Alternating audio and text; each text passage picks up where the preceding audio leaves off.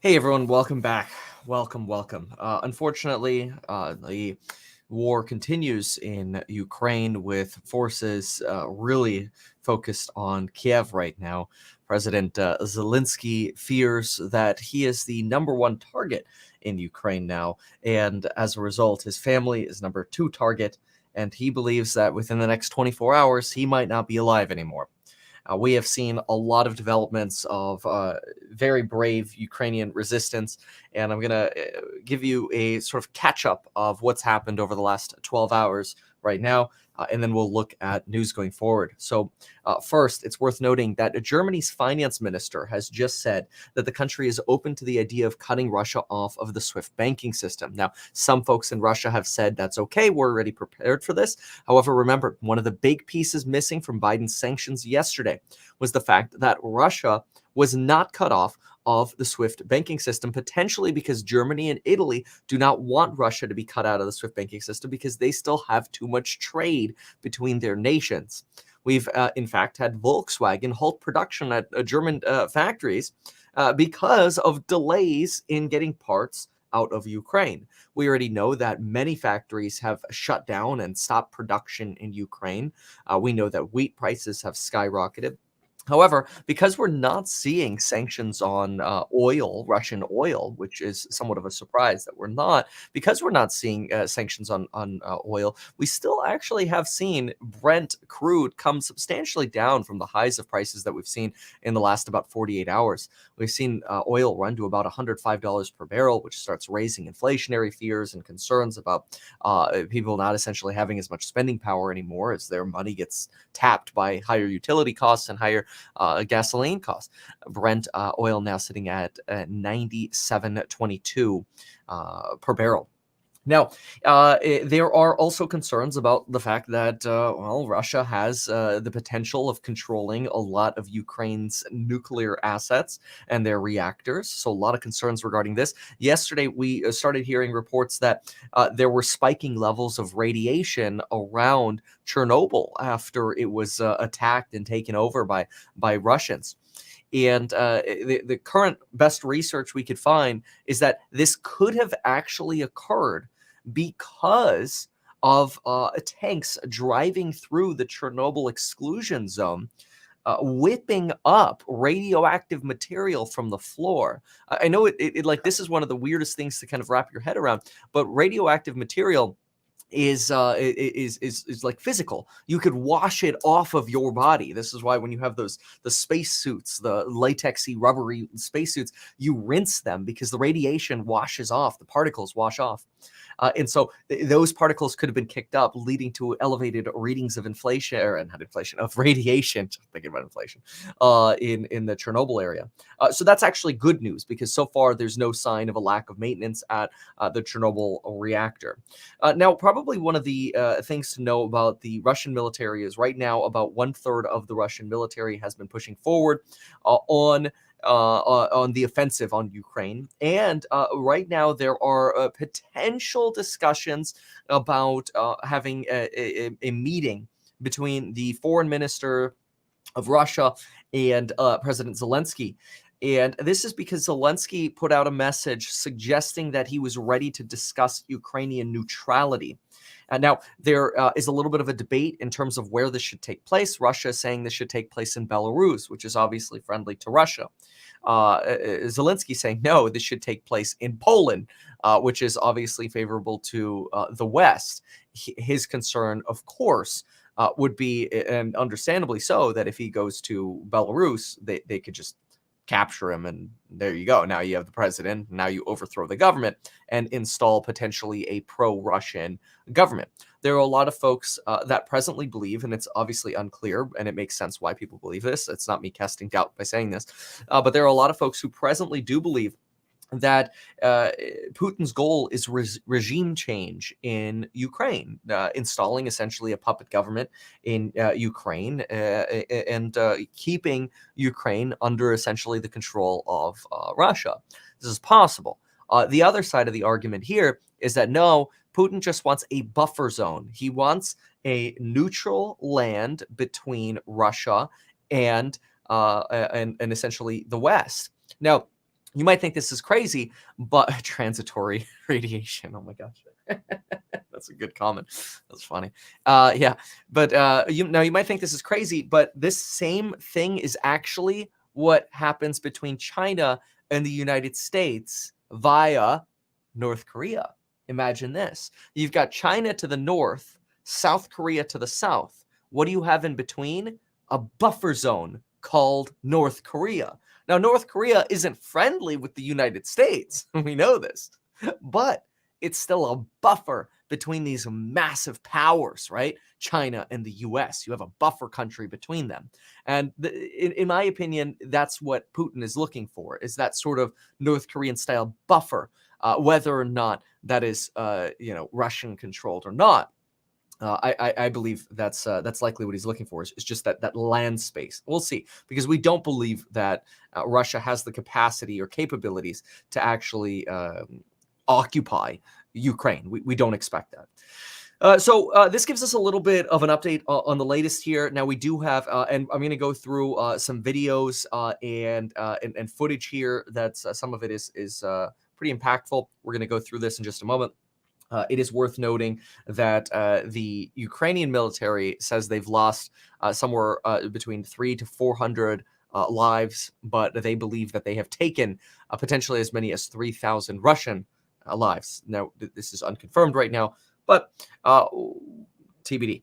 Now, what we're going to do is we're going to look at some footage, some war footage. It's none of it is not PC, so to speak. Oh, maybe PC isn't the correct word. I think like none of it's gory. Let's put it that way. But some of it is impactful. So let's go ahead and watch some of this. Now, all of these videos I've kind of outlined here on my Twitter feed. So there are some others that we're going to be looking at as well in a moment, but these are some that I've selected. So we're going to go ahead and start with some of these, and let's go through them. So here's the first one. So what you're about to see is actually a pilot eject. Well, he's already ejected. You don't get to see the vehicle anymore.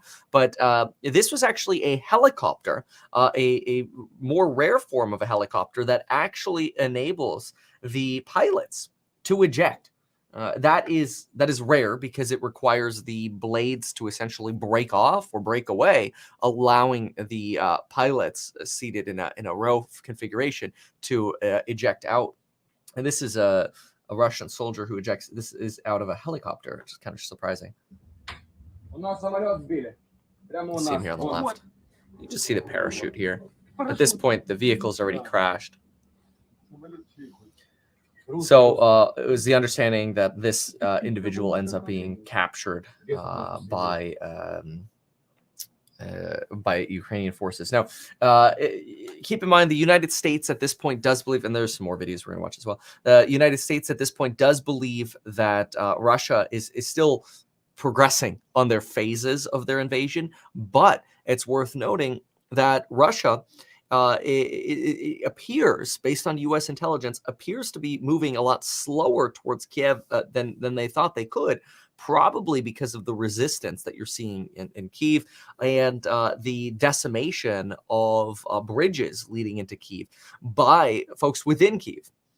Okay, we do have an update now here as well. The Kremlin has said that Kiev has stopped responding after rejecting Moscow's initial offer of meeting in Minsk, the capital of Belarus. Ukraine wanted a meeting in Warsaw, so TBD on what ends up happening here. So obviously we'll pay close attention to this. We also have Ukraine's health minister says that Russian troops fired on emergency ambulances in a couple regions, which is quite terrible. Okay, let's go ahead and watch this here. So this is the previous Ukrainian president. This is quite an impactful video. It's about 2 minutes long, so we're going to give this one a listen here. Can you tell me what you and the group you're with right now there are armed with, and what your intention is if the Russians roll in the next few hours? Easy. Just my assistance here. This is the short Kalashnikov. We have just, let me see, maybe 4 and low on the 300 members of the Battalion of the Territorial Defense.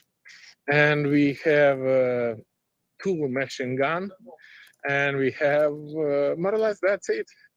We don't have any heavy artilleries. We don't have tanks. We don't have an armed personal carrier because we launched this process just a couple of days ago. And we create that for the 2 days. This is the long line of the people who want to enlist it in the battalion, but we don't have enough. I'm going to quickly mention here that there are thousands of people trying to enroll in essentially this resistance army. And here you have the ex-Ukrainian president here saying, look, we weren't prepared for this. I think there were a lot of folks in Ukraine, and I don't want to speak for people, but I do believe there are a lot of folks who thought there was no way that Russia was actually going to invade. And even though, obviously, Ukraine had somewhat prepared with their military ready, I don't know that many of the people in Ukraine actually thought this was going to happen. And I think some of that is evidenced by the fleeing that we saw yesterday.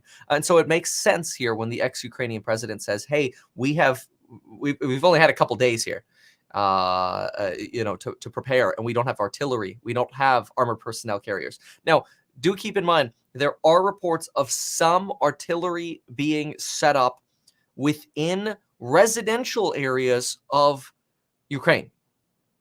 This is bad. Thank you, Vetaverse, here for shouting out that Russian forces enter the outskirts of Kiev as Putin calls on Ukraine to surrender. Yeah, Putin this morning was actually shouting that the leaders of Ukraine are drunk, druggies, and Nazis, and that Putin would rather negotiate directly with the people of Ukraine than them, which is quite interesting. Also just got an update here. Sorry, there's so many updates coming in from all over the place. Ford is now idling the F-150 line due to a shortage of semiconductors. This Ukraine drama and crisis obviously doesn't help with that. Now, the problem with artillery in residential areas, you really got to think about this. The Russian military is targeting military installations. Their goal is to destroy barracks, airfields, radar, communication, everything, right? The problem with this is if artillery are set up, mobile artillery units are set up in residential areas, then when Russia attacks those artillery units, the residential areas now come under fire. And so that's very dangerous because Russia has been saying the goal is not to target residential areas, though we have seen residential areas targeted anyway. We've seen bombs dropped in residential areas. We've seen preschools and kindergartens struck. So, this could be a Russia, hey, like we're saying we're not, but we still are. Or it could potentially be because there's actually military in those residential areas. Or it's because it's war and, things go wrong. So it's a little bit problematic. It's actually quite problematic. But anyway, I do very quickly before we move into the rest of this interview here with CNN, I quickly want to shout out those of you who in the last hours have checked out the amazing programs on building your wealth and use that coupon code that expires on Monday. Craig, Maggie, Christopher, Tybor, Jordan, Edvin, Sarah, Justin, Coy, Franz, Brian, Stellar. Appreciate you. Thank you so much for joining. Really appreciate you. And if you're not familiar with that, check out the links down below. Okay, let's continue this video here. In the battalion, but we don't have enough arms for that. And this is the only limits why the civil defense, the normal, ordinary people, sometimes never been in the army, staying in line now to join us. This is... that's actually an important thing here as well to know, is that you have a lot of individuals in Kyiv right now who they don't know how to shoot. They don't know how to use a gun. And what's happening is, and we'll see in videos in a little bit, that they're receiving crates, like ammo crates and weapons crates of shipments on the back of trucks. And they pop the crates open. Here's your rifle. Go defend the people. It's terrible. That's all you can say. It's just terrible. Touchable and extremely great demonstration how Ukrainian people hate Putin and how we are against Russian aggression. This is very clear. How long do you think you can hold out? Yeah, listen to this. How long can you hold out? Listen to his reply. Forever. I think that Putin never will catch Ukraine, despite no matter how many soldiers he has, how many missiles he has, how many nuclear weapons he has. We Ukrainians are free people with a great European future. This is definitely like that. The former president of Ukraine, Petro Poroshenko. Wow, it's just so. I mean, it's heartbreaking, but also so encouraging at the same time. It's quite wild. You know, just to show you the some of the impact of this that is so terrible that I really think we forget. And that we, you know, it's easy to not even think about in times of war, is thinking about things like babies. You know, babies who are, for example, in the NICU, you know, which is the ICU for infants. And what's really sad, and I'm going to pull this up here. Oh, I didn't see that. I have a link for this, but apparently it did. Oh, there we go. I got it. Okay, yeah, found it. Look at this. This was on the Times yesterday. And this is newborns at the Children's Hospital, or potentially NICU even, have been moved into a bomb shelter. And so look at this. You've got children and just like pallets, basically, who you know, obviously couldn't survive alone. But just watch.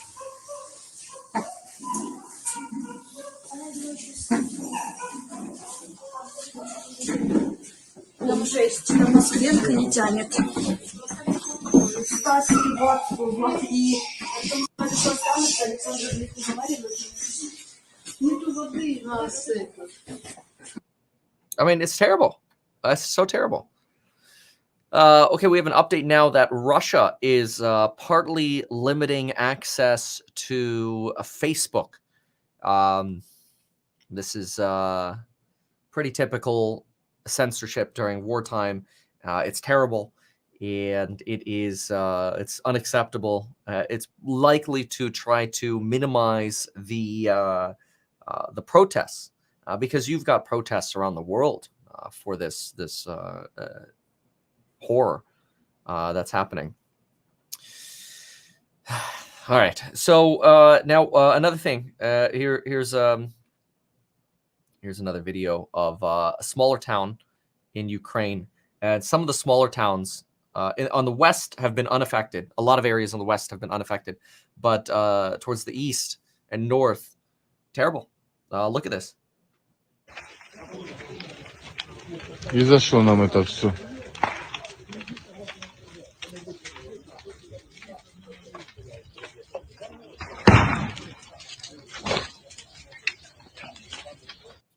That's terrible. Okay, now here is an example of the Ukrainian anti-air systems that have been targeted in an airstrike. What's worth noting is, imagine these vehicles potentially being parked in residential areas, right? And then they get bombed. But look at how just devastated they are.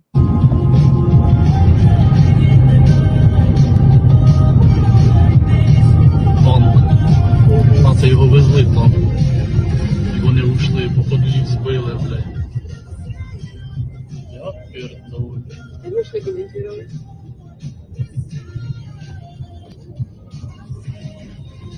It's almost unrecognizable. You can see a missile doing that. О, я це бачила. Боже.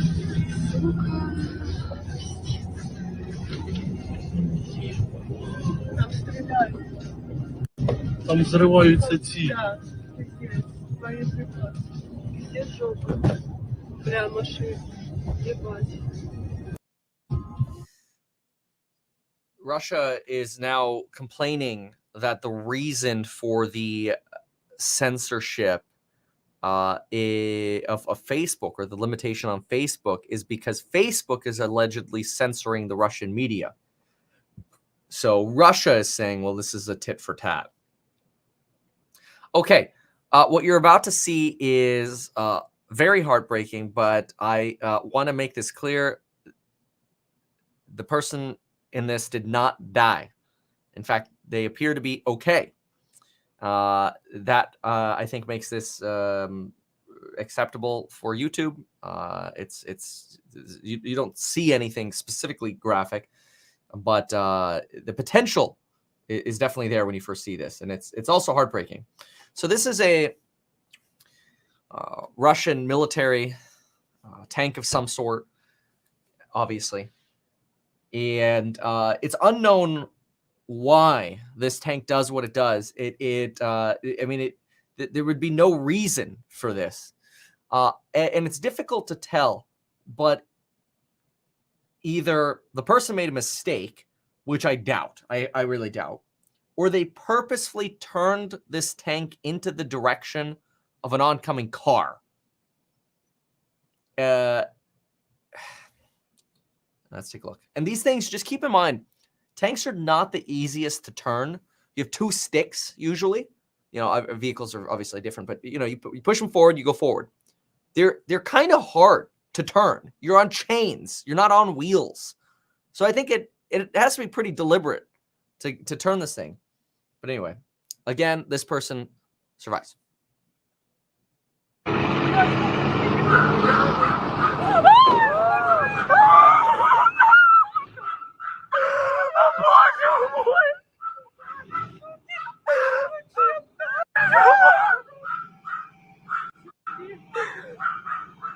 So someone in the comments here is saying that potentially this was taken over by by insurgents, not that the Russian military here was actually killed. But we don't know. That's the problem. All we know is that somebody decided to do this, and this is unfortunately what happens in war. This is the after, and it just shows you that the individual survived, which is so good. Which is, honestly remarkable. Oil, by the way, now down. U.S. crude, that's WTI, down to just under $91 per barrel. But look at the destruction of this vehicle, and it really shows that and the man's alive here, which is so good. It really sad. Just it shows you the devastation and destruction of war. So quite sad. So some folks are saying it's a Ukrainian tank as opposed to Russian tank. Ultimately, it doesn't matter what it is. It's not the easiest to tell in that particular video. It just matters that this is the kind of stuff that happens in war, and it's devastating. It's sad. That's really sad. But it's really good that obviously this individual survived. I just have to say that is just remarkable. Absolutely remarkable. So, yeah. Okay, let me get a little bit more information here. And we've got, another update coming through that Russia is facing more resistance than expected. And the Kremlin is now discussing the potential of Russia imposing retaliatory sanctions against the West.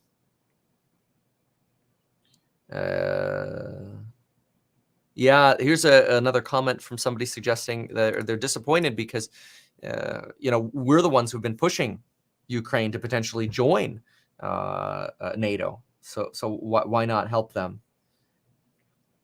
All right, let's see here. This is the here's a brief video of a kindergarten that had been used as a shelter because obviously schools are closed in Ukraine. And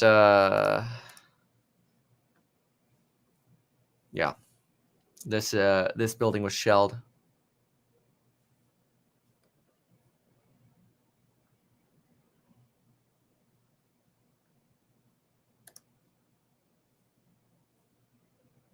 Shows a little bit of an aerial view here. Somebody's starting to pick up pieces. Okay, let's see here. Then we've got, what else do we have here? Okay. Let's see.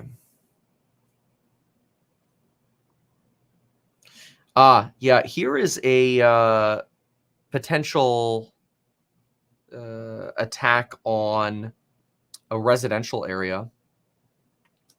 This is also terrible. So let's take a look here. You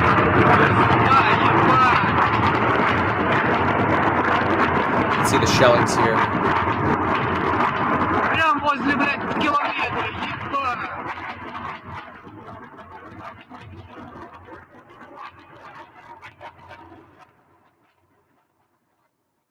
Yeah, I mean, I suppose we should say we haven't been, and let me clarify, we haven't been pushing them to join. Okay, new reports here of air raid sirens again. We haven't been pushing Ukraine to join NATO as if like they're ready to join. The U.S. government and NATO have been suggesting, hey, you've got to work on reforming democracy, essentially, making sure that you are a proper democracy before we can really consider you.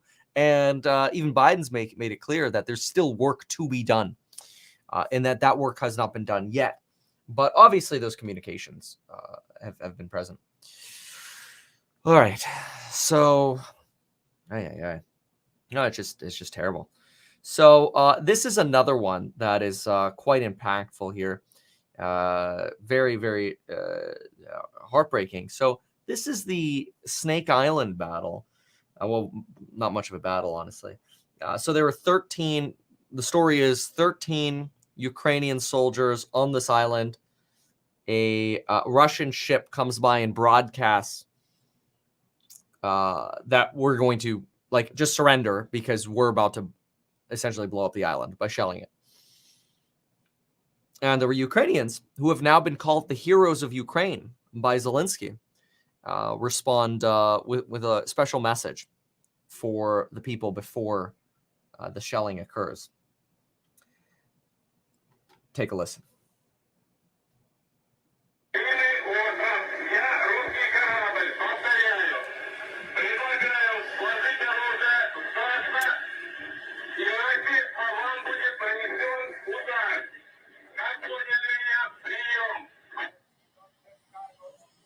Все. Нахуй тоже надо.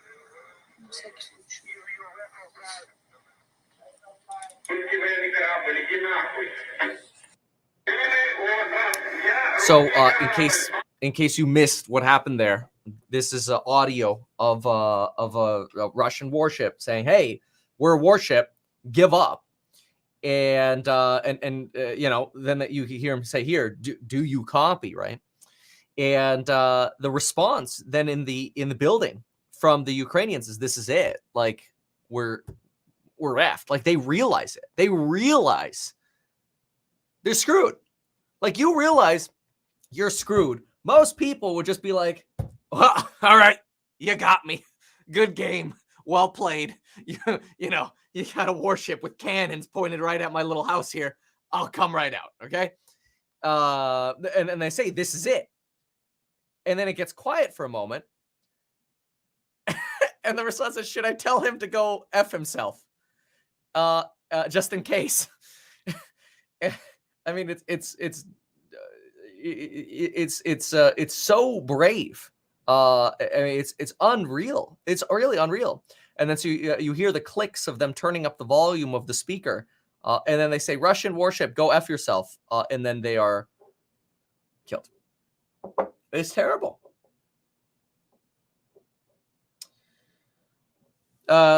Russia's foreign ministry is now saying that threats of sanctions from London will not deter Russia, but will only lead to an escalation of the crisis. Oh.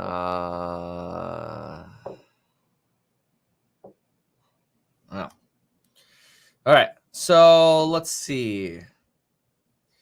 Let's see here. Oh yeah, we got to talk about the ghost of Kyiv. Okay, so this is interesting. Okay, and look, you have to take all of this stuff with a little bit of grain of salt too, because you just don't know. You just don't know what's the truth. We can look at this, we can realize that wars are atrocious, but the thing is, just because in a video you see a Russian tank or a Ukrainian tank or a Russian uniform or Ukrainian uniform doesn't mean they are actually who you think they are. They could be saboteurs, they could be insurgents, they could be wearing the other person's uniform, they could be using the other person's tank. Pictures of the ghost of Ukraine of Kyiv could be 20 different planes instead of one. We just don't know. It's just like Ukraine saying we've killed 3,000 Russians. It's like, okay, we don't. That sounds motivating. We don't know that. You know, when we get the talk about, you know, Russia going, we've taken Chernobyl, it's like, okay, did you really? You know, I mean, obviously then later video came out that they had, but take it all with a grain of salt. So when you're looking at this stuff, just remember, we don't know all of the facts. It's kind of like looking at a video of a shooting between police and someone else. We don't have all the angles. We don't know what happened beforehand. We just have a little clip. So just keep that in mind from a critical thinking point of view. Take it all with a grain of salt. And do remember that war propaganda is very, very important. War propaganda is used to motivate people. I mean, think about it. If people, is the Ghost of Kiev fake already? All right, interesting. How do you join the chat? There should be a join button next to subscribe. And it does not show up on the iPhone or iPad. Okay, so somebody here saying Ghost of Kiev was fake. I don't know, but the point is, you have to remember, and I'll show it to you anyway. War propaganda matters. If people in Ukraine think, wow, we've only killed 50 Russians, they've killed 400 of us, we're screwed, then people give up. They throw down their guns and they give up. People hear the stories about the Snake Island and how they're the heroes, and that lone fighter jet that's fighting off the Russian army, Dave versus Goliath. Those are motivating things. Anyway, so this is a story. Some people say it's already confirmed fake. I have no idea. Okay, I just assume it's all propaganda. There you go. Anyway, so this is in theory the Ghost of Kiev. I mean, this pretty perfect picture here, and the theory here. Where's my top post? There we go. Here we go. So the theory is that this single MiG-29 called the Ghost of Kiev is reported to have 6 Russian air kills. This would make him the first ace since 1991, especially in the first ace in a day since 1945, destroying potentially the following 6 different planes, and unconfirmed reports of 2 planes being shot down in a 2-to-1 fight. And look, maybe the guy's really good, or it's more war propaganda. I don't know. But either way, it's interesting. And if it gives folks a motivation to stay strong, I don't know. Is that the right thing, or is that the wrong thing? I don't know. Okay, so let's see if we can get some of the latest here. All right, so let's see here.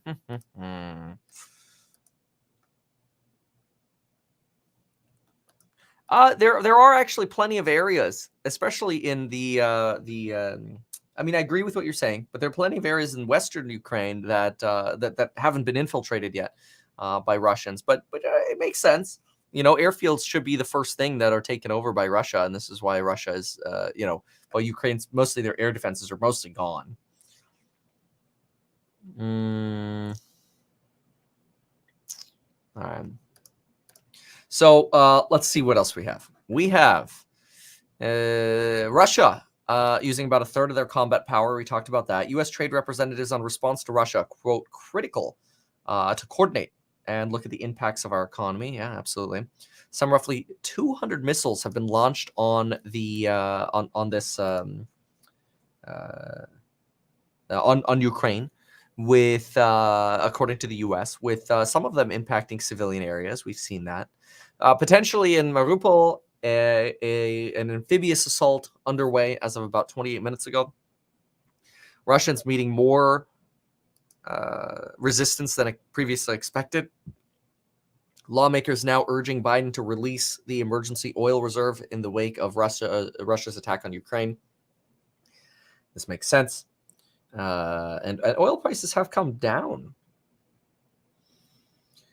Ukrainian central bank sends $650 million to back up Ukrainian forces.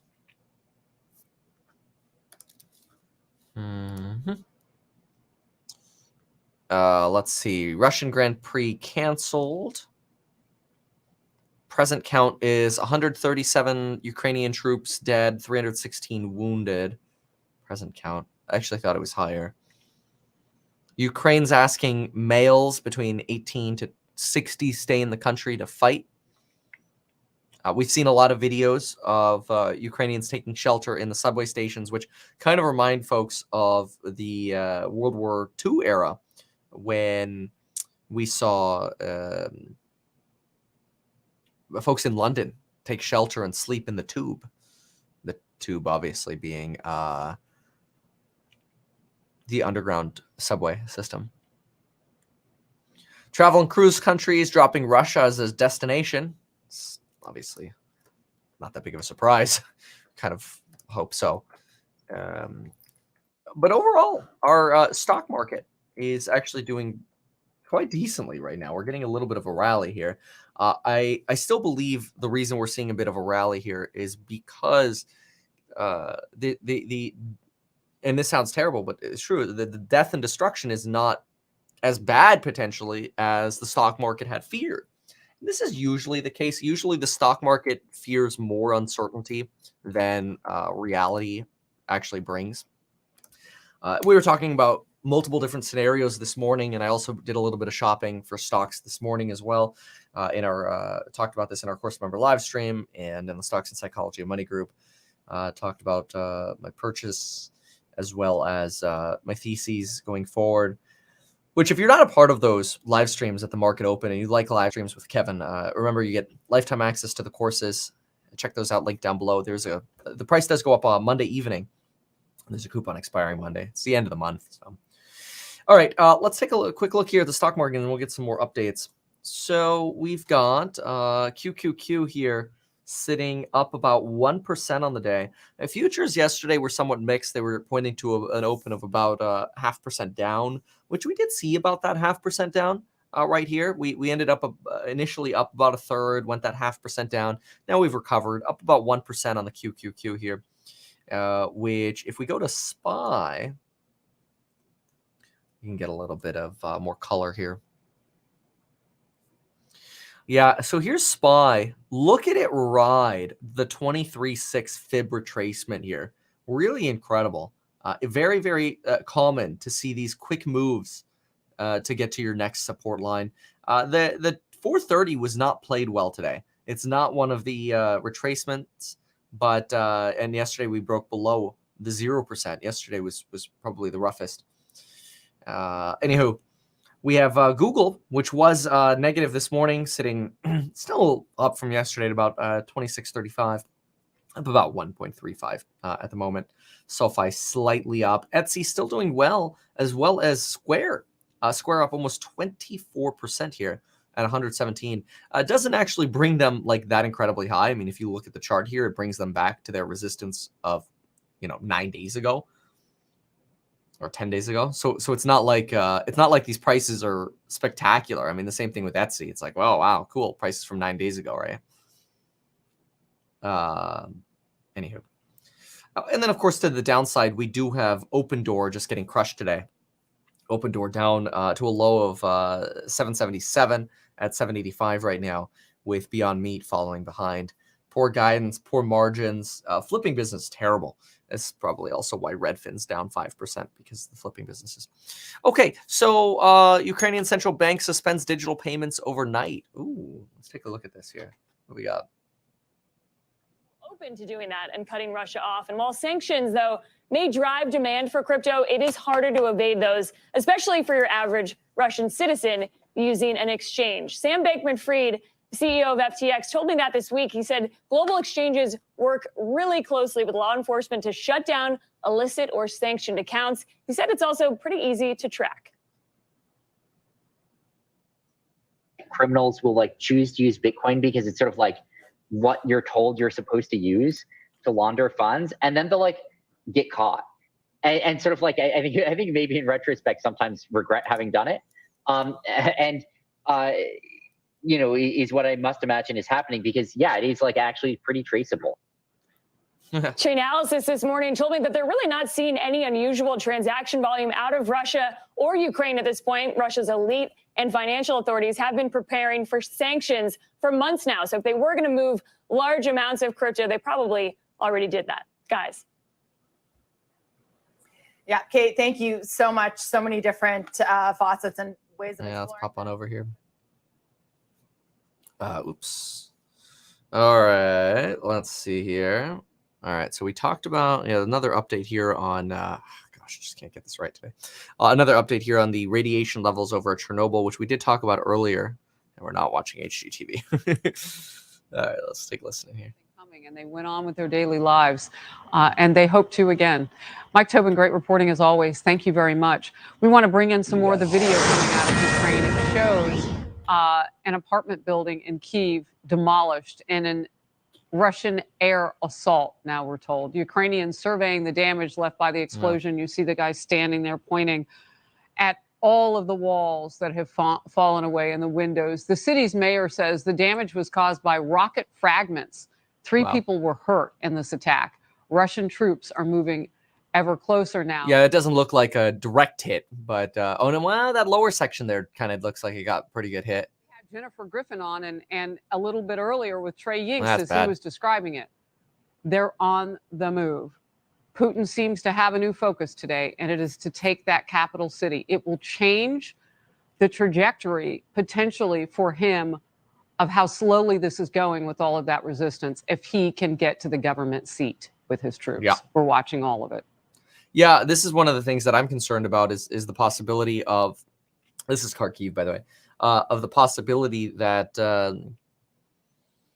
we end up with a Russian flag over Kyiv and motivation that, just the morale crush that could cause for Ukrainians and the motivation it could cause for the Russians.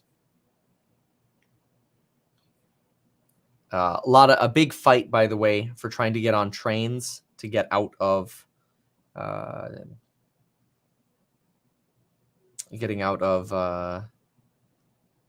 eastern parts of Ukraine. In fact, there were talks that Ukrainian troops had to fire warning shots into the air.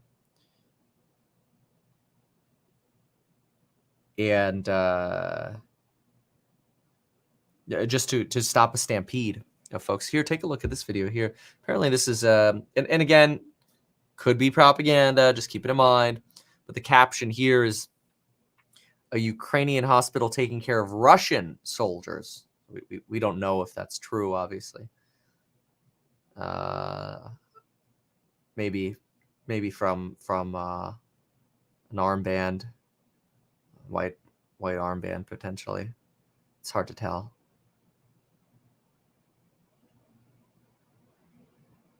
It's just war's terrible, you know.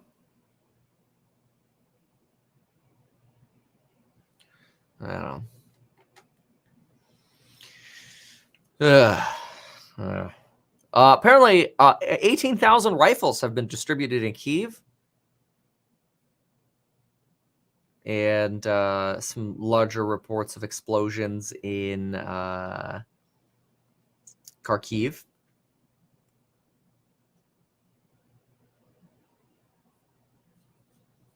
All right, let's listen in over here. A lot of utilities. Things are happening. When you invade a sovereign nation, isn't that a war crime? Where does that put Putin?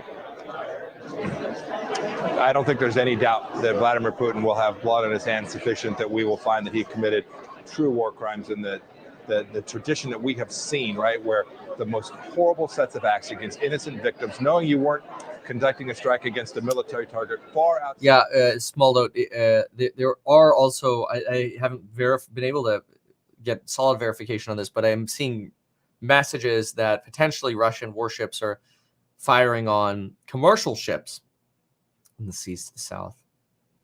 Journal editorial board outlining what it calls Putin's new world. Quote, Vladimir Putin's invasion of Ukraine early Thursday marks the failure of Western deterrence and a return to the age of authoritarian conquest. Now we'll see if Europe and the U.S. awaken from their illusions of eternal post-Cold War peace and security to address the new world order. Your response? We can get it back, Harris. America is a powerful, great nation. We know how to do it. We did it for 4 years in the Trump administration. When we put America first, our friends knew they wanted to be our friends, and our adversaries knew that they dare not tread on the United States. We didn't send 50,000 soldiers every place to fight, but we made clear that there were things that mattered to us here at home, things that mattered to the American people. When you do that, Harris, the bad guys, Vladimir Putin. I'm gonna get off this guy yapping. Take a look at this picture here from Sky News. This is a bridge in Kyiv. Shout out to Andy for joining the Path to Wealth and a Plan for Higher Net Worth course. Welcome aboard.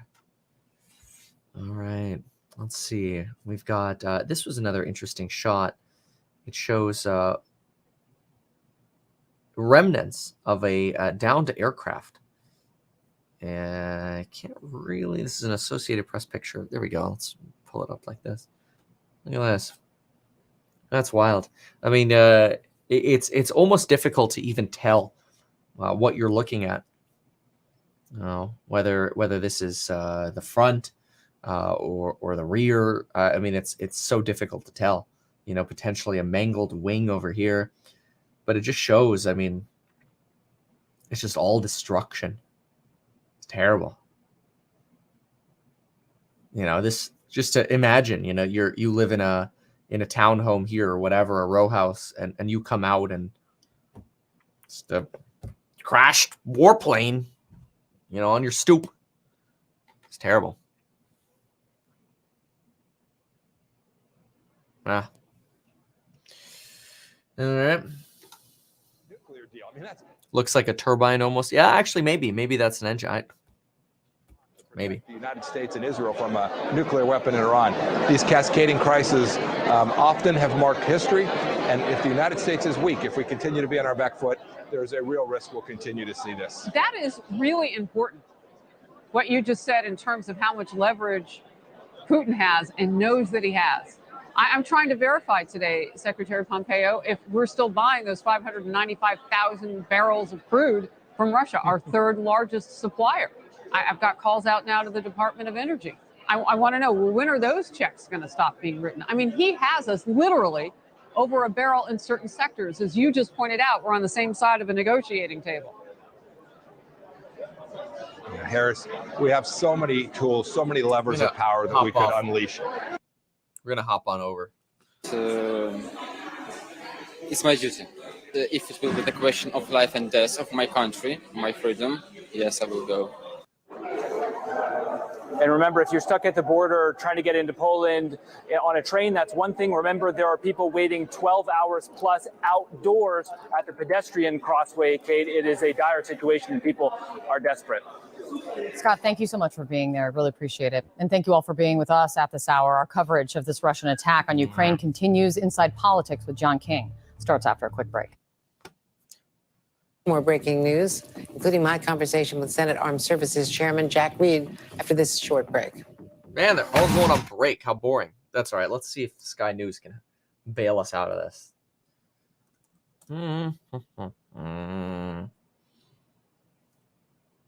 They are on commercial, it looks like, but we can go through a little bit of their latest stream here. So we'll do that. So, welcome, Sean, and thank you for enrolling in Stocks and Psychology of Money. Let's go ahead and scroll through a little bit of Sky News here. Let's see what we got. So this was yesterday. This footage with these helicopters here. Remember this from yesterday. Oh, it even says yesterday. There you go. And severely impacting the influence of the way the Russians go about business. The CIA provided U.S. Stinger missiles through the Pakistan intelligence community into Afghanistan. Yeah, let's get to some of the more recent activity here. Let's see what we got over here. Let's listen in. System also banning American technologies from exporting their goods to Russia, which they rely on for their defense and other military equipment, and also targeting members of the political elite. But one other sanction that they are keeping in their back pocket is, of course, the SWIFT financial transaction system, which Russia hasn't so far been banned from. There were questions raised in that press conference with Joe Biden yesterday as to what he felt should happen, because of course this would really help Russia, would really hurt Russia economically.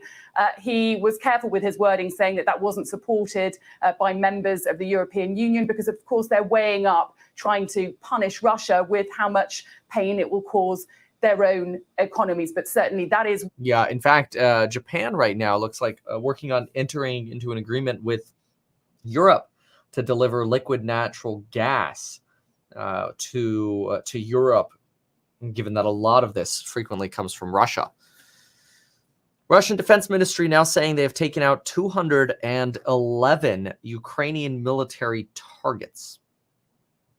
All right, let's get some. Let's see if they're back at some of their live reporting here. No, they're still in commercial. All right, let's see what we got over here.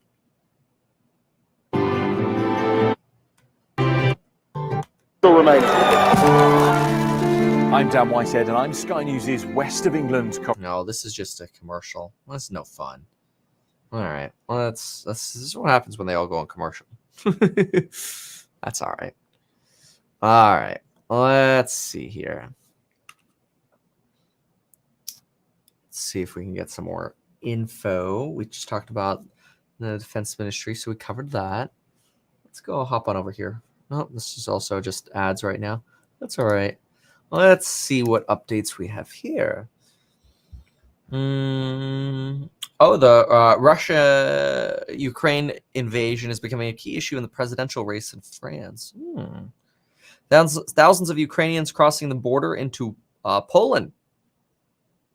Air raid sirens in Lviv as of about an hour ago. Yeah, big questions now. Do you leave? Do you stay in Ukraine? Oh, wow. Here's a, this is quite an interesting picture. Let me see if I can pull this one up. So this is it. What I'm going to show is a picture of a rocket that landed in the street, but failed to detonate in Kharkiv. I guess I just probably wouldn't touch it. Jeez. But these brave folks are. Let's take a look. Look at this. Wild, huh? I mean, it looks embedded into the sidewalk. Just insane. All right, now talk about Russian forces blocking Ukraine's Sumy and Konotop. That's better. Konotop. Anyway. Okay, we have here Ukraine's prime minister says the government will issue a military loan. Let's listen in over here for a moment. This is on the Supreme Court. We're going to stick to Ukraine, though. All right, let's listen in here. Ukraine's capital with gunfire and explosions. And we're now learning thousands of Russian Marines have landed in southeast Ukraine for a beach assault. The Ukrainian resistance has proven stronger than expected. Trey Yanks has more with us. He's live from the capital, Kyiv.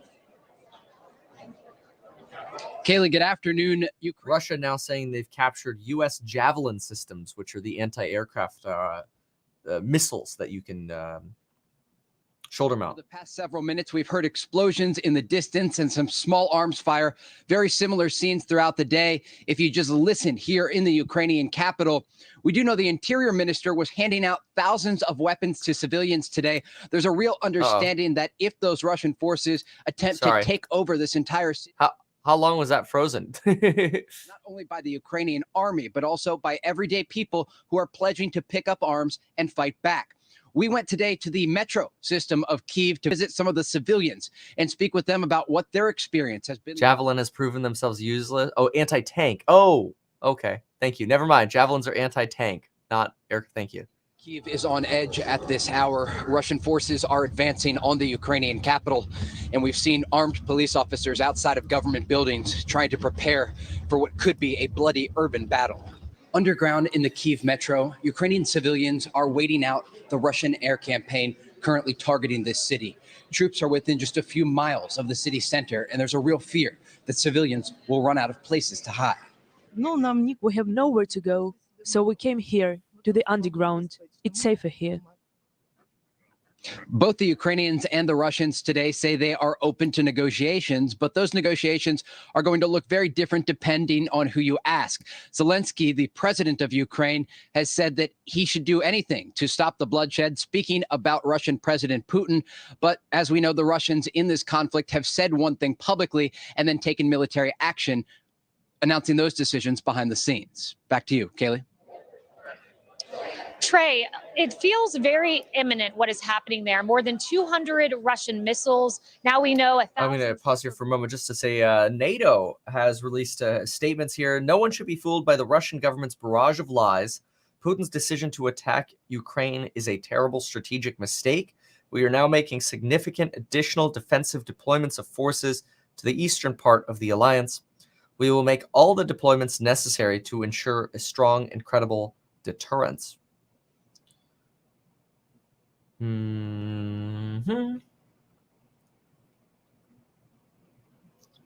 Ukraine's prime minister says ports will go under heavy guard and blood product exports will be banned.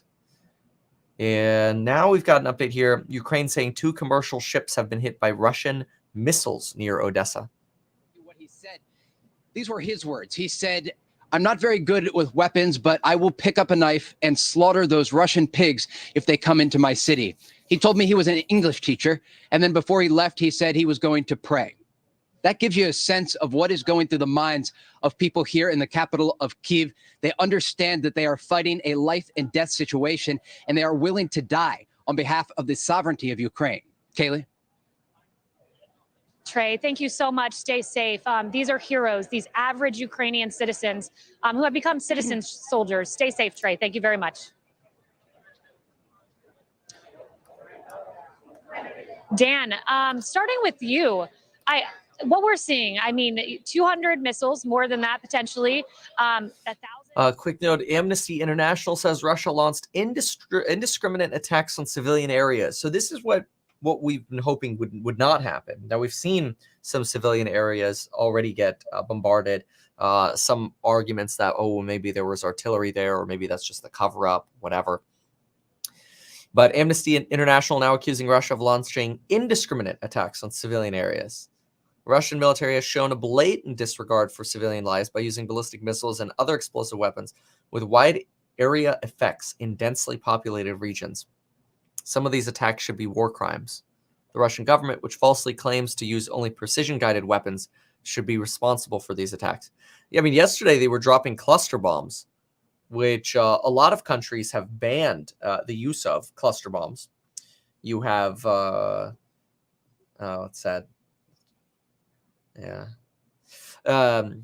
Anyway, cluster bombs, basically bombs, and I'm not a weapons expert, but bombs that explode and then release, like, I don't know, 10 to 20 other munitions, potentially even more.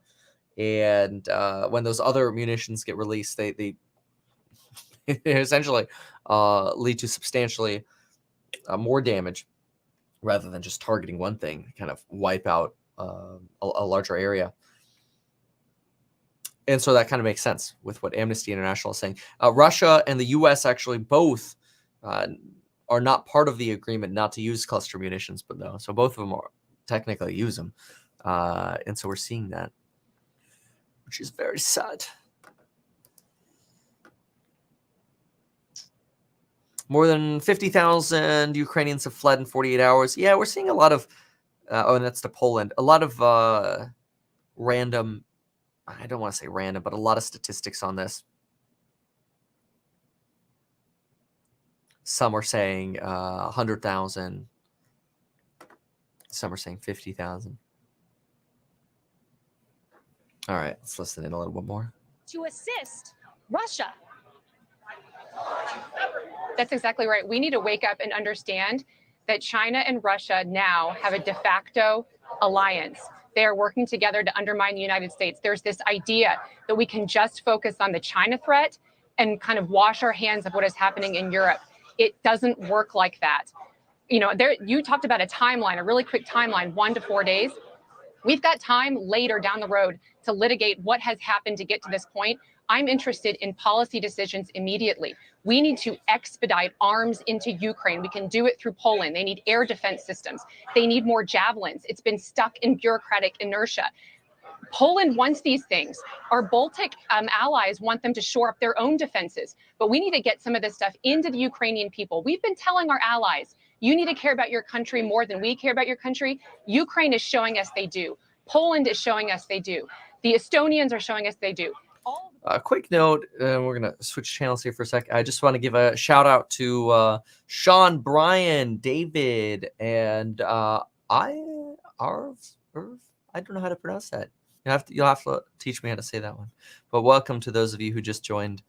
Actually, all of you, the Stocks and Psychology of Money group. Welcome aboard. Let's listen in here. Taken hostage the entire Ukrainian people. The words are pretty aggressive, but I think for a lot of people who study President Putin pretty closely over the past few years, he himself was looking very aggressive, not perhaps his sort of calmer self of previous years. So a lot of concern around that statement, and specifically this possibility that Russian forces are opening a pathway to attack into civilian neighborhoods coming up tonight. John? Nick Robertson, a very important reporter from Moscow. Nick, appreciate it very much. Now let's get to CNN's Erin Burnett. She's in Lviv. That's in the western region of Ukraine. Erin, air raid sirens in the city where you are this morning. What is the latest right now? So I'll tell you, John, we've had air raid sirens obviously in the mornings here. Today, there was air raid sirens in the morning. People did take shelter. And then there was one when we haven't had one before, right in the middle of the day. So we were outside, and able to see people's reaction, and things have palpably shifted. John, as I said, it's a very dark day. Things have changed. When that air raid siren went off, people moved. People started to go. Some people I saw sort of trotting as if they were going someplace. Someone that we were talking to said, well, do I go home or do I go somewhere else? People are taking shelter. This is not just an exercise. This is now perceived by people to be life or death. This is real. And there's been a palpable shift in the streets. Some of our team, have been asked for identification. That had not happened before. There is a curfew that is going to take place here in the next couple of hours. It is supposed to be dark here in a couple of hours, as it is across this country. The streets are very empty. Some of the side streets that cars use as cut-throughs that we've seen over the past couple of weeks have been bumper to bumper, were completely empty. It was very hard to find anything open in terms of even getting food. No retailers opened. It is very much a hold and wait your breath.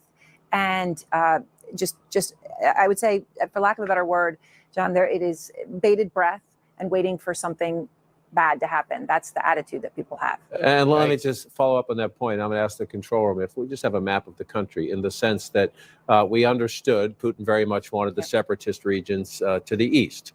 Then there was the threat. You want to topple the Zelensky government, you go for the capital in Kyiv. You are in Lviv to the west, closer to Poland. Many people thought perhaps if there was going to be a quote-unquote safe city in Ukraine, it would be Lviv. But as you note this changing mood, and you hear the aggression in Putin's words and the talk of taking all of Ukraine back, that has changed things, right? It has changed things. And yesterday morning, we were awakened such that we had napped for about a half an hour to bombs, to missiles and rockets, right, that hit military establishments around here. So that it shocked people. It shocked people, and it has completely changed the way they see things. But I will say, John, today I went to a place where Army reservists were showing up. And I also talked to young men, right? Now that they have in martial law here, banned anybody between the ages of 18 and 60 who's a man from leaving the country. Any men are here, they can't leave, right? So talked to a reservist. He said, look, I could have hidden and found a way to not show up, but I'm here. And he's a veteran of the war in the East. I am here, he said, because I want to destroy Russians in my territory. And the boys we talked to are 18, John. They said the exact same thing. Innocent, little childish faces. And they're willing to take guns and fight in the streets of this city if that's what it takes. That's remarkable. We'll watch it play out in the hours ahead. Wow. So it was kind of interesting, his little faux pas there, calling Poland, Poland. Little oopsie. Somebody's going to end up clipping that one. But anyway, quick shout out to FTX sponsoring this video. You can sign up for FTX and you can actually trade with FTX for cryptocurrency, which is very nice. You get to use the Trading View technical analysis tools on top of being able to instantly trade. One thing that I'm watching here is how tentative Bitcoin has been under 40 here. It really almost got rejected at 4. Well, we got rejected at 40 here yesterday, and then got rejected this morning, just a couple $100 shy. But this was really when peak fear occurred because of the invasion. And since the invasion's begun, we've seen this sort of behavior, not just in Bitcoin, but also in the stock market. This sort of rise here. Welcome, Stephen, to the Stocks and Psychology of Money group. Welcome aboard. All right. So, what else? Let's see here. Ukraine announcing they're not dead yet. Yikes. This is coming from Kyiv now. Let's listen in over here while we get some other updates too. Ukrainians right now, and he thought maybe yesterday his forces would have been able to take Kyiv. That has not happened yet. We don't know when or if it will happen, but he underestimated them. And he might have underestimated his own people, because across more than 50 cities in Russia, Kaylee, more than 1,700 arrests of Russians holding up signs saying no to war. President Putin has a problem on the homeland, too, as he tries to expand westward. He does. Dan, to Lauren's point, they are experiencing, the Russians, stiffer opposition than they thought. The passion of the Ukrainians coming through in that fight. Is there any hope? Where does that stand now? Stiffer opposition, but when you've had your Air Force obliterated, it seems next to impossible. Look, we never gave the Ukrainians the Patriot anti-aircraft missiles or the Harpoon anti-ship missiles that they could have certainly used right now. I think it's certainly Russia is going to conquer Ukraine. And listen, punitive economic measures alone, we know that's never going to be enough to stop Vladimir Putin or deter him from it. Yeah, no kidding. Quickly, just want to point out this photo here. Look how terrible this is. This is remember all of these, just so you can show your support. When I show these from Twitter, I like them, so that way you could look at my history on Twitter. Just go @RealMeetKevin, and then on the right side you see likes, and then you can kind of see all of them, replay them or whatever. I believe this is the same building that we saw earlier, where it was said that fragments of rockets hit this building. This looks much more like much more than a fragment. I mean, this looks like a hit. It's terrible. I mean, the entire wall's gone. Although these could be balconies here, but you do see the tearing of the wall here. So I'm not sure if these are just maybe balcony railings that are blown off here on the edge. It's too difficult to tell just based on the debris. You can clearly see there was a fire here. It's just terrible. Just bad. Eastern Europe were over. And yet this is what we're seeing today. The panel weighs in next.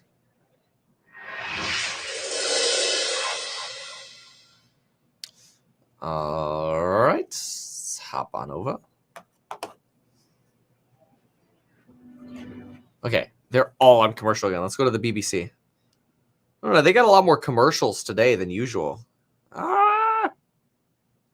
Yeah, I'll tell you, TV remotes are stupid. Give me a chance to freaking type it. This is quite annoying. Oh my gosh. I'm going to vomit. 209. We did it. It shouldn't be that hard. Anyway. That the Russians will veto it because they have veto power, but they want to use the forum of the UN to force Russia to explain itself and to try to show that Russia is isolated. So that's a diplomatic move. The Secretary of State has talked about trying to rally humanitarian support for Ukraine. We know that the Americans are also sharing intelligence with Ukraine. They had quite good intelligence, clearly, in the run-up to the invasion, and so presumably that continues to some degree. And they are just also organized, seeing if they can continue weapons and ammunition deliveries, given the situation. The airport's under attack. It's not entirely clear. So those are the kinds of steps they're taking, and they are continuing to try to get support for Ukraine and isolate Russia in international circles. Yeah, isolating Russia throughout the international circles. I mean, that's what it's all about. But Putin doesn't give a crap. Listen to this. This is a Jewish synagogue. I don't know if that's redundant in Odessa, but anyway, let's listen in. I don't know if this. Well, let's listen.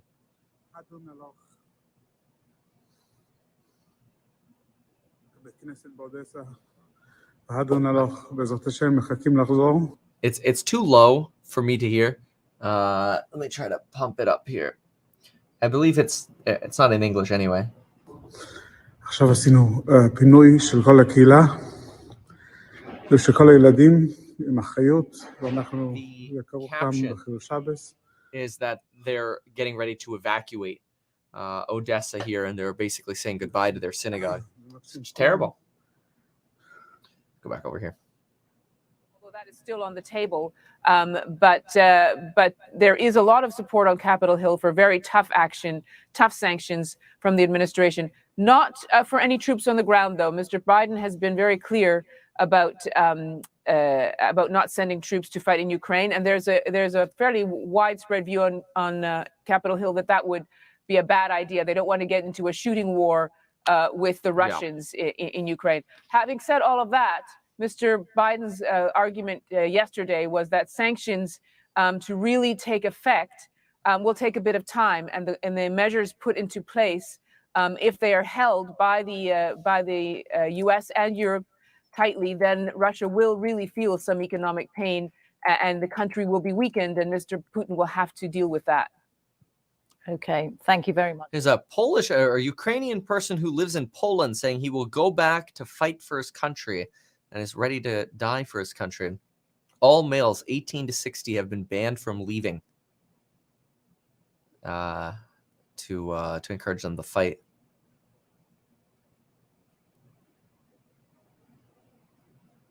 Jeez. All right. Kyiv, even though he knows that he is a target. And separately, Reuters is saying that President Zelensky says that all officials, soldiers and citizens are here defending Ukraine. So more on that when we get it, of course. Okay, well, large numbers of Ukrainian citizens are on the move, trying to find safety and shelter. The United Nations says 100,000 people have left their homes so far. Here's an interesting one. In an address to Putin's Security Council, Putin has called on the Ukrainian military to end its resistance and cooperate with the Russian military, asking Ukraine's military to seize power from the terrorists and Nazis running the government in Kyiv. Obviously, quote. He's essentially suggesting that people turn on their government and just give up. Good luck, Mr. Putin. Waiting 5 or 6 hours.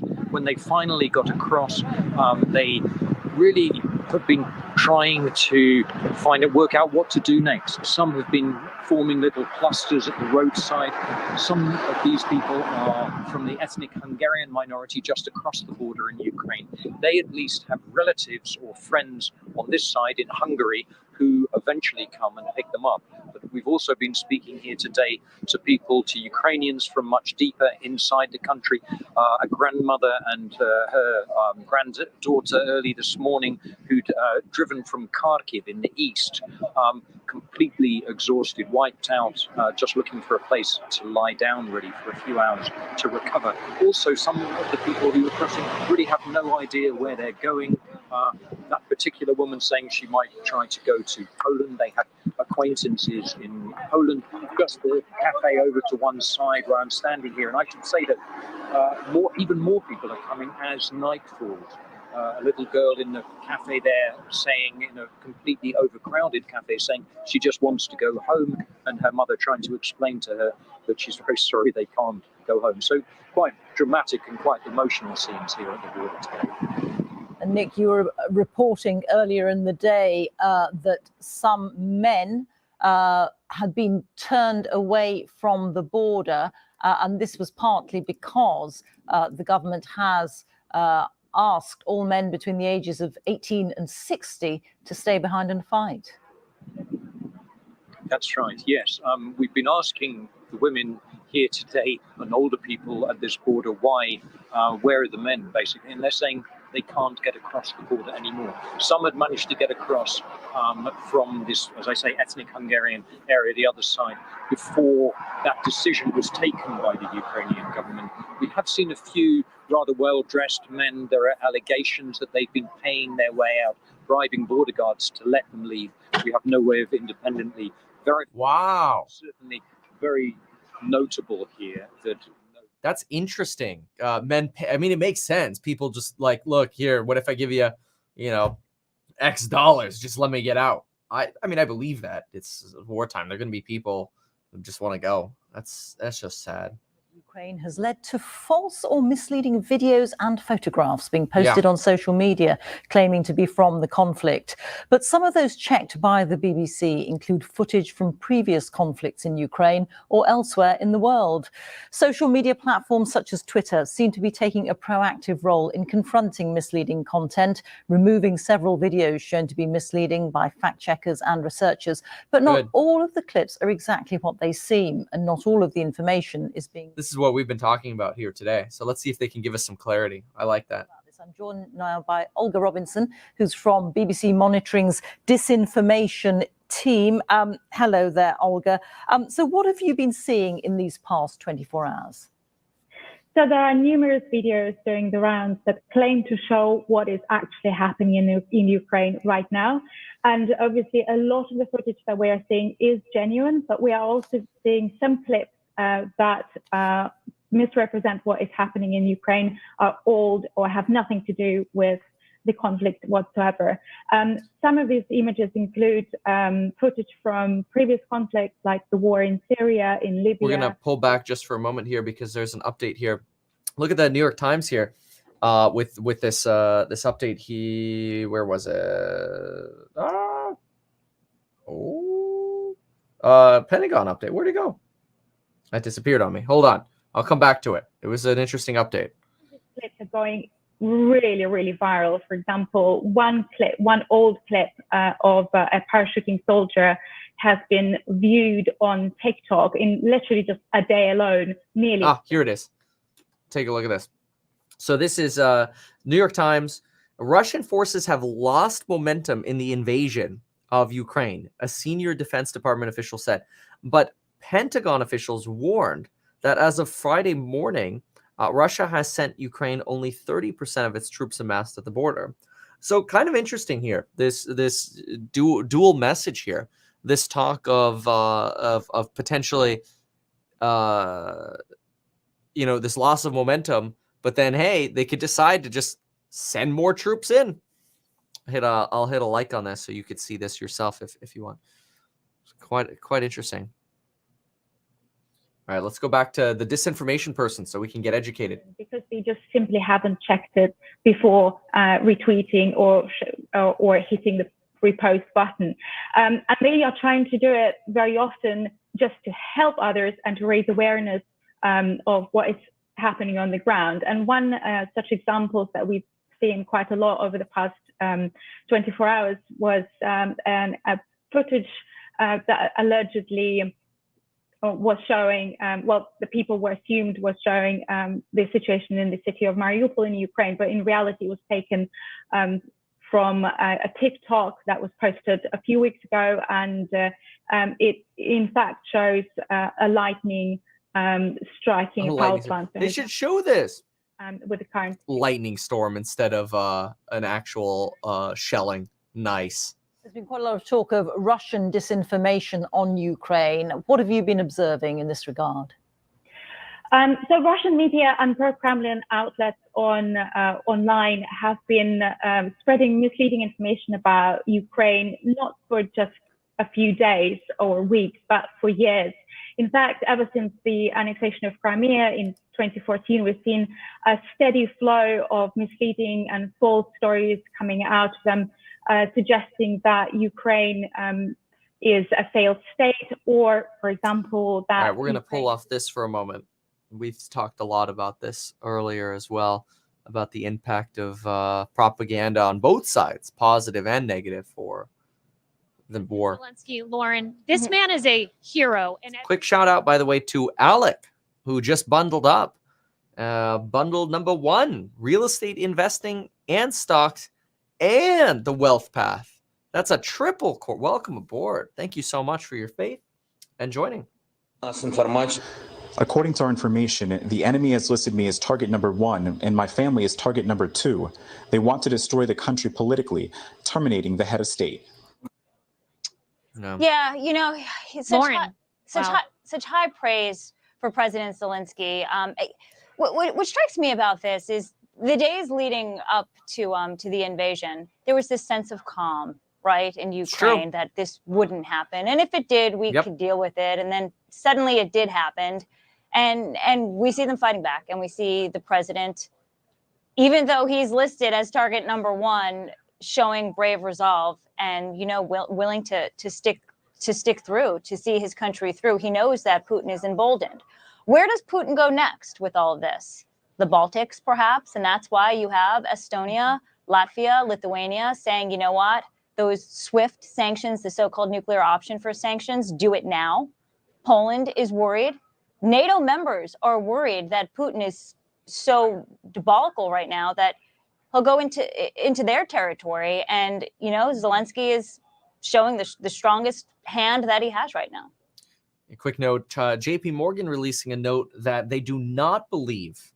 Oh wow, that's interesting too. They do not believe that China will escalate tensions with Taiwan, although that has been rumored. Take a look at this: Zelensky in Kyiv. Всім добрий вечір. Лідер фракції тут, голова Офісу президента тут, прем'єр-міністр Шмигаль тут. Basically saying we're here to defend and support the cause. We haven't left. We're here. We're trying to show the date and time because some people were saying, oh, he's fled. Ми тут захищаємо нашу незалежність, нашу державу. І так буде й далі. Слава нашим захисникам, слава нашим захисницям. Слава Україні! Wow, that's crazy. It's just, you know, could you imagine being the most wanted person in Ukraine, essentially, by you know, a country invading in part to get you, you know, and being in the capital that's under attack. That's wild. Ukraine's deputy defense minister says Russian has focused its efforts on Kyiv, but has failed to achieve its initiative. Well, yeah. A lot of resistance out of Kyiv, especially burning or blowing up the bridges to try to prevent tanks from coming in. One more thing, to the president's point about a month from now, I don't believe the president's saying we're going to impose these sanctions and wait a month to do more. I do think just listening to authorities on what these sanctions can do, there are short-term effects, but even more damaging long-term effects. One more thing, if they cut off from the Swiss bank system, you're talking more than a 5% reduction in Russia's GDP. Yeah. Rebecca, let me come to you really quick on that quagmire between our EU allies, but also, you know, supporting Ukraine. You have Senator Menendez, who's come out and says, as we seek to impose maximum cost on Putin, there is more that we can and should do. And he does mention the SWIFT payment system. And notably, his counterpart on the Foreign Committee, on the Foreign Relations Committee, Jim Risch, agrees with him. So there is bipartisan support for doing more. There exactly is. You know, I think we have this problem. The Biden administration has this problem where it's leading from behind, but like in the worst way, because we have a crisis right now in Europe where they're trying to get everybody on board before they do anything. Now is the time for American leadership. Work with the countries that are doing their part and are demonstrating the resolve and the seriousness and the commitment. And then, you know, the Germans, again, they're going to have to wean themselves off of Russian energy. And that's just the bottom line. They're going to weaken the entire NATO alliance with this kind of behavior. So I would suggest move forward. SWIFT is one thing. I would go even further than that. Start actually we want the ruble to fall through the floor. I mean, there was like no reaction to the markets after the announcements of sanctions because nobody really thought that they were that serious. There has got to be serious pain against the Russian, and the Russian people are going to feel it, and then they're going to respond and hopefully get out in the streets and protest this unjust act of aggression on the part of the Russian government. But by the way, there's going to be body bags coming home of dead Russian soldiers for this completely unjust and unneeded, needless war of aggression. And so I would say, yes, listen to the bipartisan Congress here. There is so much more to be done. And we need this, we've got different allies saying different things because it's confused. It's an alliance. You need somebody to say, this is what we're doing. We are leading. Come with us. And that's the role that the United States needs to play. Yeah. If the time is not now, when a democratic country is being invaded, then when is the time? The answer to that is the time is now. Coming up, as Russian forces enter Kyiv. I do want to show this. This is a video interview here of what would happen if a missile hit Chernobyl. So let's see what they say in this video here. The Chernobyl nuclear site in Ukraine is now under the control of Russian troops. The impacts of this takeover stretch far beyond Ukraine. That's because Chernobyl was the site of the world's worst nuclear disaster in 1986. Terrible. A botched safety test at the atomic plant caused an explosion which sent clouds of nuclear material across much of Europe. Dozens of people died and the area is still impacted. Chernobyl's position just north of Kyiv means if the plant is hit by artillery, radioactive dust could end up over Ukraine, Belarus, and other parts of Europe. And overnight, Ukrainian officials reported increased radiation levels in a number of places in the area. Now, keep in mind, we talked about these potential increased radiation levels possibly being because of the disruption of tanks driving through the land around Chernobyl, which has radioactive particles scattered all over it. And these particles, which take a very, very long time to lose their radioactivity, when they get thrown up into the air, the sensors start picking them up. And it's like, oh my gosh, there's nuclear particles in the sky, right? Or in the air. Remember, particles get washed off. They're just actual particles. So that's kind of wild. Here to help us understand the impact of this takeover is Seth Gray. He's on the board of the Nuclear Energy Institute and a member of the Civil Nuclear Trade Advisory Committee to the U.S. Secretary of Commerce. He's also the CEO of nuclear fuel company Lightbridge Corp. Seth, thanks so much for joining us. So first, let's just talk through what your biggest concern is now that the plant is in the hands of Russia.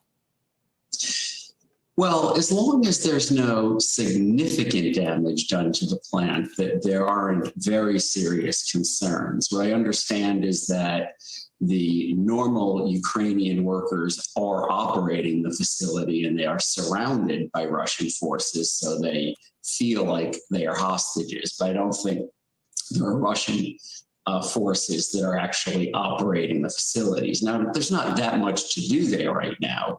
The remains of the melted down reactor core are under concrete called the sarcophagus, and that's under a newer steel archway that protects the site.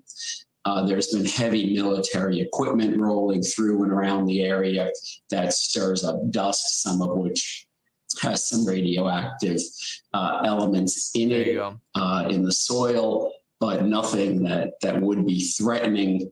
The structure is not designed to withstand attack. It's designed to protect what's under it. But what's under it is already very much encased in concrete and is very safe. Yeah, and Seth, you bring up... Yeah, fingers crossed. Quick note, looks like school will be suspended for at least 2 weeks in Ukraine.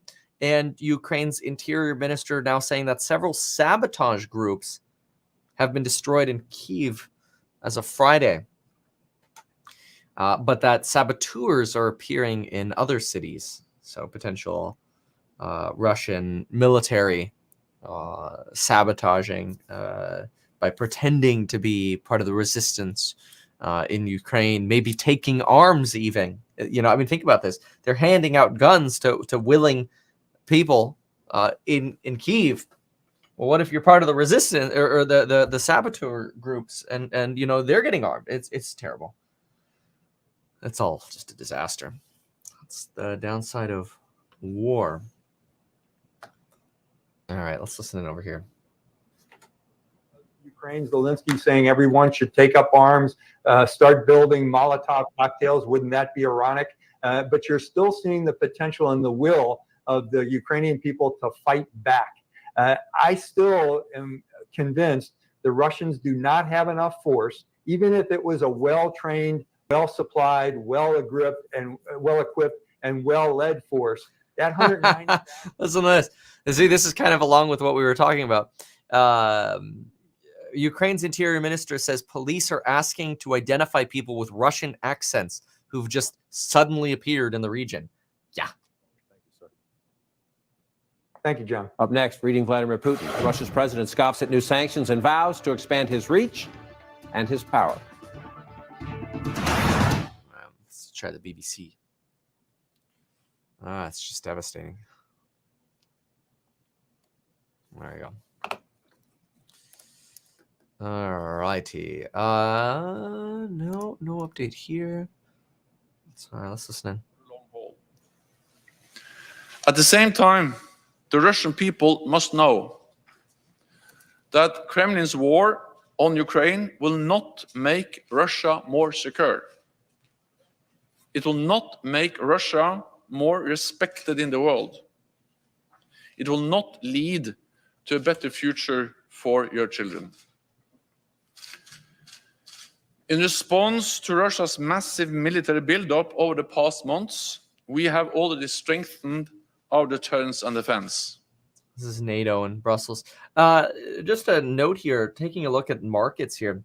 Look at oil. Now, oil's actually falling. A lot of that oil fear trade about, oh, if Russia invades, we're going to $120 a barrel or whatever. A lot of this is actually evaporating, which is quite interesting. You have Brent now at $96. It was, hit a high of $105 yesterday. Let's look at bonds. 10-year, 2% even. Back to 2% here. I'll look at the yield curve as well. And then, of course, markets here, green across the board.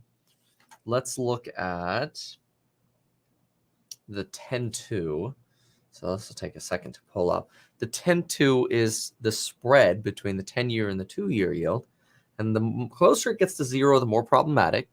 We were last yesterday at 36, went up to about 40. And now the spread is 38.6. So still a little bit of a flattening as that 10-year goes back to 2%. Ukraine's interior ministry says gas pipelines could be one of Russia's targets. Russian troop targets. All right, let's see. What sucks?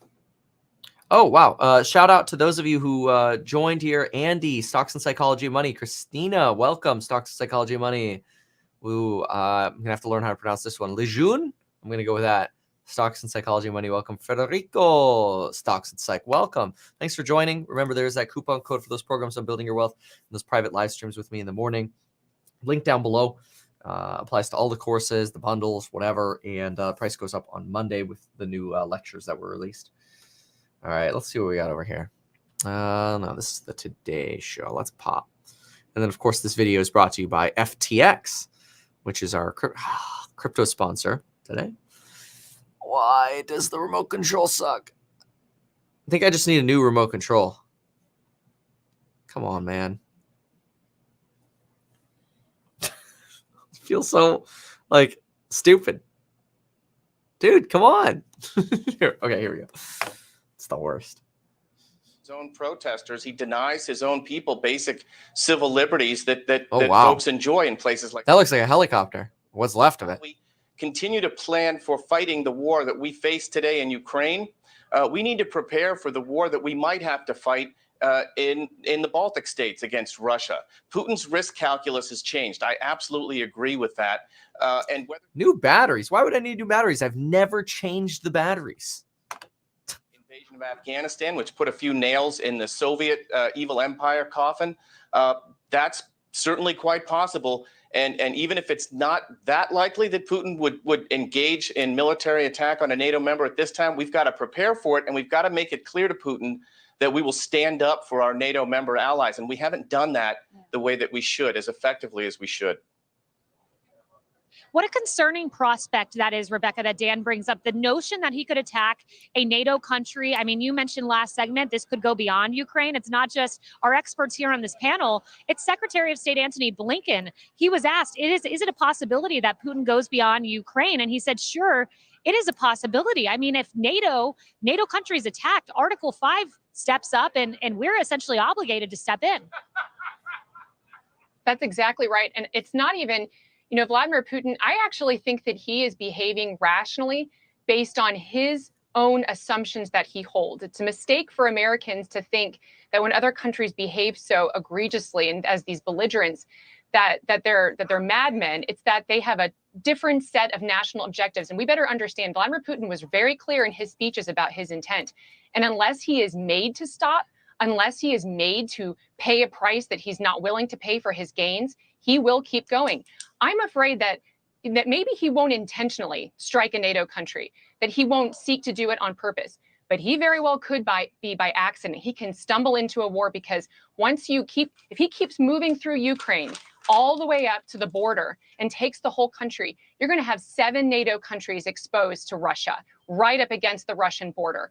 And then so you can have an accidental warplane or a missile land into NATO territory in which those countries understandably respond. And now we've just stumbled into a very serious war with nuclear powers. One last point. The French foreign minister bravely responded to these veiled nuclear threats on the part of the Russian Federation by reminding the Russians that NATO is a nuclear alliance as well. Once again, an ally. Well, yeah, and after he did that, what happened was nuclear ended up going trending on Twitter because now it's like we're starting to do tit for tat with, with nuclear weapons. It's terrible. It's the last thing we want to think of. It's when you get that mutually assured destruction. That's the last thing anybody even wants to hear about. Wild. Welcome, Max, to the Stocks and Psychology Money Group. Welcome aboard. Power, because people in his own country are going to rise up when economically they're hit with really hard conditions. Yeah, and that hasn't happened yet, unfortunately, but it can. And when we talk about, Rebecca was just saying strong words from the French foreign minister. Yeah, we're a nuclear alliance as well. We can hit you. We haven't seen that as we have this military invasion in Ukraine. We haven't seen that response with these late and light economic sanctions. Because what the economic sanctions don't do is target the bread and butter of the Russian and European economy. I mean, Russia, 2/3 of their economy is oil, and these sanctions have not touched their oil, right? Because Putin made the gamble. Being a leader and having experience, he knew that all 27 European Union nations wouldn't get together and agree that they had to make the same targeted sanction. And he won. He was right. And the bread and butter of his economy, his oil is still flowing through Ukraine to the rest of Europe, and the Europeans need it because they don't have anything else, because it's cold and they got to fill up the gas tanks. So he made a couple of bets here that he shared with the world, Kaylee. That's the thing. We heard his manifesto, his essay that he wrote over the summer. This is what he intended to do. Then we tried that strategy of let's declassify information so Putin would know that we knew what he was going to do, and he did it anyway. And we were spot on. And now we're still trying to figure out how to respond to stop him. And quite frankly, I'm not sure what we can do at this point. NATO, by the way, announcing more weapons coming in for Ukraine, including more air defense weapons. It's obviously a big deal at this point. Let's see. Why a former Ukrainian official left his family and volunteered to fight 2 days ago. Someone was this individual was a politician in Kiev who thought his future lay in Europe. Yesterday, he and his family woke up to the sound of missile blasts nearby. Today, he said goodbye to his wife and children to enlist to fight. Wow. That's sad. Breakup of families. Well, of course, we've talked about Russia and its restrictions on Facebook. A little bit more here about, in a statement, ministry officials from from Russia have stated that Facebook committed human rights violations and violated the rights and freedoms of Russian citizens as the social network allegedly clamps down on Russian media. All right. This guy at this point, because I do believe he has become completely unhinged. And to Lauren's point, Putin.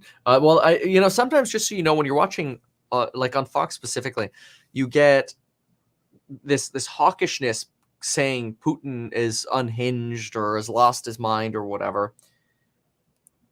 I think some of that is being said because the Fox narrative is, hey, Biden's not doing enough against this madman.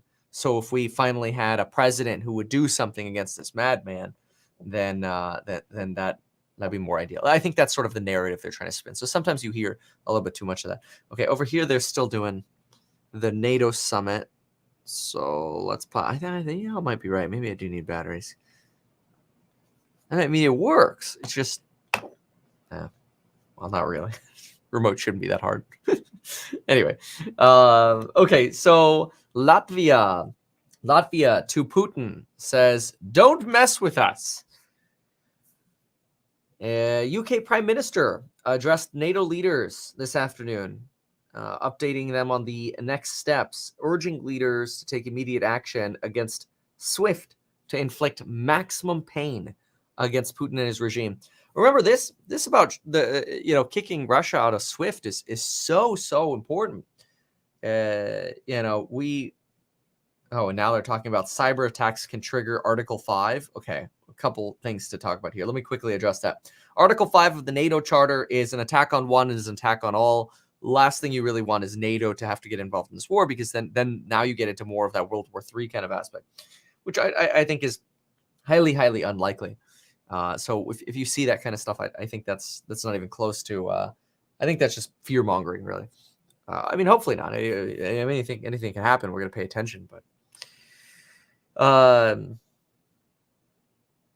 anyway. So SWIFT. It's been Germany and Italy who have been opposed to kicking Russia out of the SWIFT banking system, which would pretty much eliminate the banking system's ability to operate in terms of international wire transfers, potentially even credit card transactions. Russia says they're prepared for being kicked out of SWIFT already. Germany this morning U-turned and said they'd actually consider kicking him out. It's a mess. That's all I got to say. It's a mess. Hanyu, welcome to the Stocks and Psychology Money Group. Happy to have you. All right, well, let's see. Here's another update. What's this one? NATO is making, quote, significant additional defensive deployments. That's not great, but they are. To the eastern part of the alliance. Noting that while deterrence and defense measures are being deployed, NATO's actions remain preventative, proportionate, and non-escalatory. It's a fancy word. We have deployed land and air forces in the eastern part of the alliance and maritime assets across NATO areas. We have activated NATO's defense plans to prepare ourselves to respond to a range of contingencies and secure alliance territory, including by drawing on our response forces. Yikes. All right, what do we got over here? Then comes a confirmation. Okay, I just saw a few stocks just quickly fall. I'm going to try to see what's happening. The Senate Republican leader Mitch McConnell has a history with Supreme Court nominations. Let's get some important reporting. Yeah, indices just rotated a tiny little bit down, just on the minute candlestick. Talking about like 0.5% here, but a little bit of a move here. So I do wonder why. I'm going to start with you, sir, since you are the Capitol Hill correspondent. This goes straight up. So you're looking for the. Man, this is just Supreme Court talk.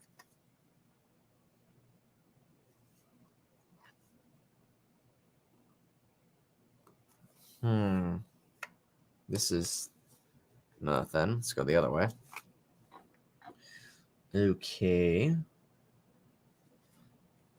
A lot of commodities falling right now off of some of the heights of the fear that we had seen, which is good. Some talk about an explosion now in Donetsk, the eastern region. It's been the subject of the separatist region. NATO to provide air defense to Ukraine and more weapons. Nice. Yeah, no, just translations of text, no pictures or video of this potential explosion. All right, let's listen in here. This is breaking right now. Ukrainian President Vladimir Zelensky. Oh, come on. We played this like 20 minutes ago. This is not breaking right now, McEnany. Are in Kyiv. We are defending Ukraine. Wow. Let's bring back in Trey Yinks live in Kiev. I don't hear any programming, guys. Someone. Trey, are you there? Nope. are civilians. They couldn't get their act together. Shail Eskumar. Probably butchered that a little bit, and I'm sorry. Welcome aboard to the Stocks and Psychology Money Group. See if they got this together. In just over 2 hours.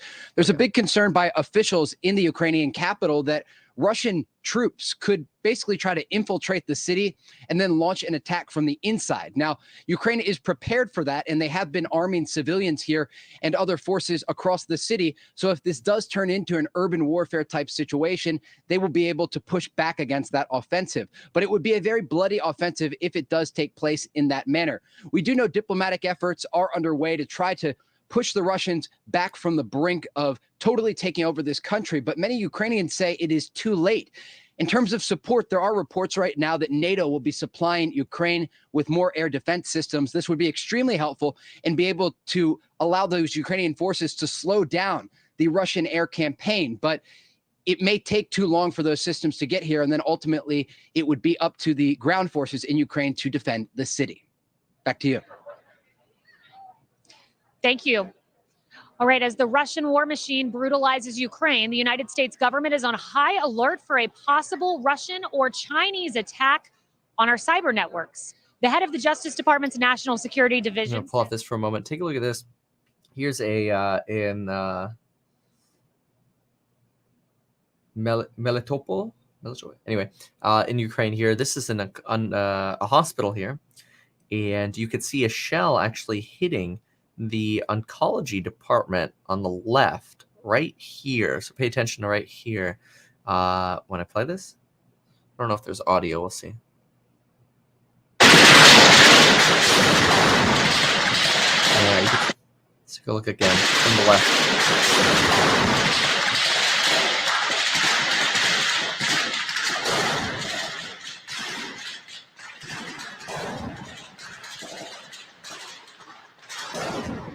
Wow.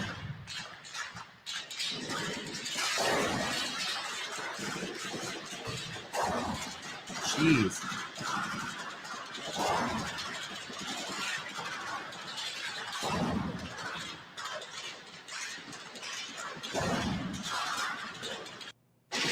Like, what's up with that?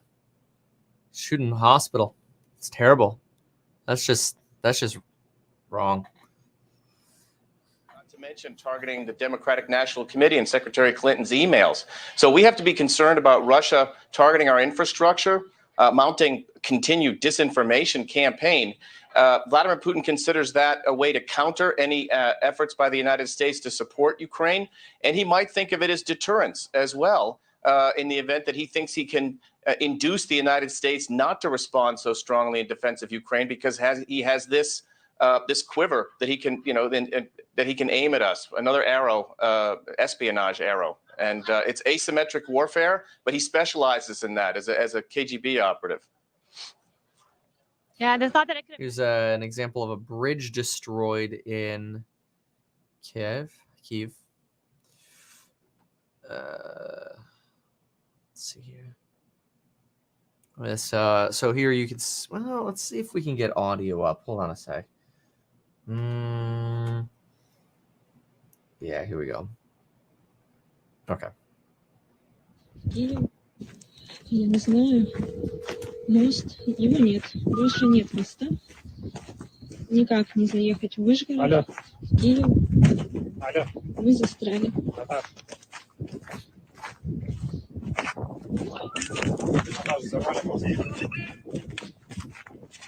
Мы не сможем выехать. Завалим. Wow. Были у вас, взорвали мост, мы не сможем проехать. Вот. Wow. Посмотри на камеру. Посмотри на камеру. Вот. Well, that'll definitely make it harder for tanks to get across. That's for sure. That's crazy. Welcome, George, for enrolling in the Stocks and Psychology Money Group. Thank you so much. Happy to have you. Remember, there's that coupon code that does the price will go up on Monday, and happy to have you. Remember, you get lifetime access to those. So what I'm going to do now is I want to remind you of a couple things. One, first of all, the market's falling a little bit right now. We'll look at the indices in just a second. But if you have not yet, follow me on Twitter at RealMeatKevin. And the reason you want to do this is throughout the day, I'm going to be just liking things. And I don't share too much. I'm going to try to tweet, once a day, once every other day. But anyway, I'll like things. So, for example, if you want to see that bridge video, I'll like it, and then you can see it under the likes along with the history of other things. Then let's see here. Yeah, okay. Let's do a quick little peek to see what's going on the indices here, because look at this. It's in just a little bit of a sell-off right now in QQQ. You're seeing this in Tesla as well, breaking below 800 again. And this is just minute chart. We can also jump on over to FTX. We can see how the Bitcoin market is moving. Remember, FTX is a sponsor for our videos, so do take a look at FTX. You can use that link down below, or go to metkevin.com/FTX. And let's take a look at the minute chart of BTC, just see what's happening. And you're not actually getting much of a movement on BTC, not as much as you're getting in some of these stocks. So it could just be sort of a day's fluctuation. I don't see any kind of news coming across. So I'm going to call it more of just a typical kind of fluctuation right now. But anyway, I got to run. Thank you so much for being here. Check out those programs linked down below. Check out the FTX link. Thank you so much. Have a wonderful morning, and we'll see you later.